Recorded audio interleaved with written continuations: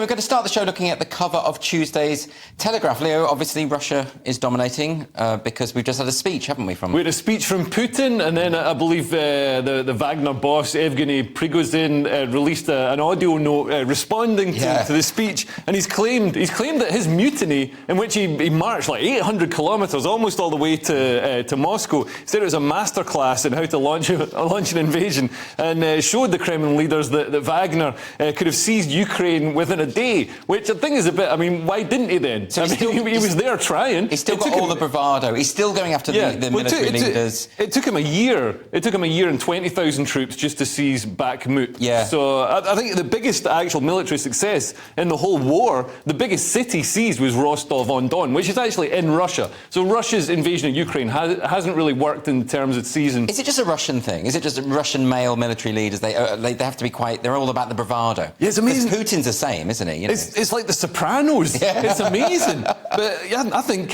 Wagner from the X Factor would have had more chance of taking Kyiv. Lewis, what do you think about this? Because, I mean, let's talk about Putin's speech. You know, he's obviously very angry.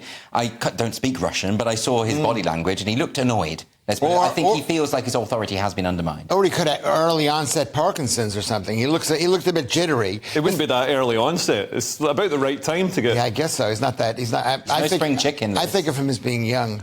Well, comparatively. Comparatively. What people forget about Russia, and is that Russia is not like us. When I say us, I mean either America or Britain, is they like a very strong leader. They do. They like a strong leader, and he was shown to be weak. Well, so do we. We've got Biden. Come on. Oh, maybe not. Rishi Sunak. No, but even those guys pretend to be nice. Seen him bench press. Yeah.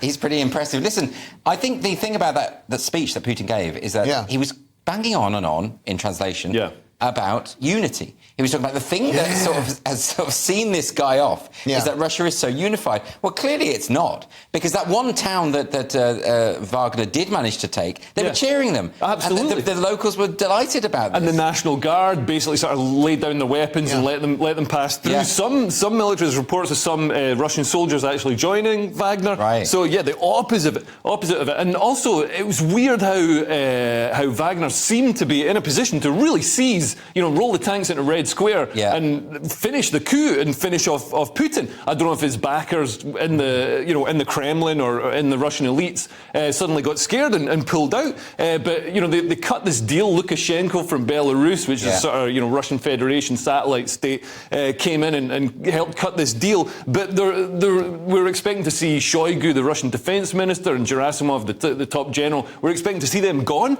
and they weren't. That announcement wasn't made tonight. In terms of Russia, I mean, I would suggest that this deal about Prigozhin going to Belarus, that doesn't look strong in Russian terms, because in Russian terms, historically, whenever this kind of mutiny, something very bad happens to the mutineers, doesn't it, Lewis? It's something very bad must happen to the mutineers. The only power that Putin has is to be considered crazily insane, and unless he kills that guy, he's not considered crazily insane. Well, we don't know where he is. We don't know where Prigozhin is now, do we? Well, they're building camps in Belarus, so I mean, it looks like he is going to be able to. Putin basically said Wagner's got two options. You can either disband and your soldiers can join the Russian military, and he was careful not to condemn Wagner. He said, like, there's just a few bad ones, that were sort of led astray. He can't, because people like them. Yeah, so people like them. He can't afford to do that, because he wants his precious unity. And also, they're dead good at fighting. They might do another coup. And this is the thing. If apparently they're going to be allowed to. They can't stay on Russian soil or fight in Ukraine, but they can go to Belarus, which I'd have thought for Lukashenko, the dictator in Belarus, that's dangerous, because, I mean, if they can almost take Moscow, they can definitely take Minsk. And I could take Minsk. Yeah, I mean, the Belarusian troops haven't been doing any fighting. Wagner have been fighting for for years, across the world, in Syria, Africa, and everywhere. So they know how to fight, which makes all the difference. But will Prigozhin, whatever the guy's name is, Prigozhin, will his people fight for him? And I don't think that they will.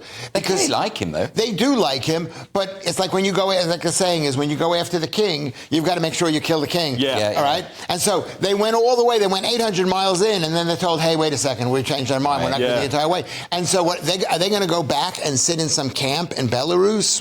And have another rousing William Wallace-type Braveheart speech? I mean, you're not going to follow it again if you're just going to... So amazingly, Putin and Prigozhin both come out looking weak. They do. Let's move on, though, because there's another story still on the front of the Telegraph about potholes. What's this one? So electric vehicles cause twice the damage of petrol cars on pothole-plagued roads. I mean, the state of roads in Britain... They are really bad. I've noticed this recently. Especially in Scotland. It's crazy. It's like driving across a ploughed field. You'd think they're in Mogadishu or something. But yet, electric vehicles, because they're twice as heavy, this is causing all sorts of issues. So multi-storey car parks aren't strong enough. There's going to be, multi-storey car parks are going to be collapsing under the weight of these Teslas, and also the potholes now as well. Okay. And the added point is that because there's greater mass or matter, because they're like 3 times as much as a regular car, they're super dangerous. So if you get front-ended by an EV, I don't know whether they didn't mention that in the article, but I think that's the bigger problem, is people are going to be dying. Yeah, but they're good for the environment. So good for the badgers. Yeah, but it's not good for your immediate environment if one comes at you 80 miles an hour. Yeah, that's true. Yeah.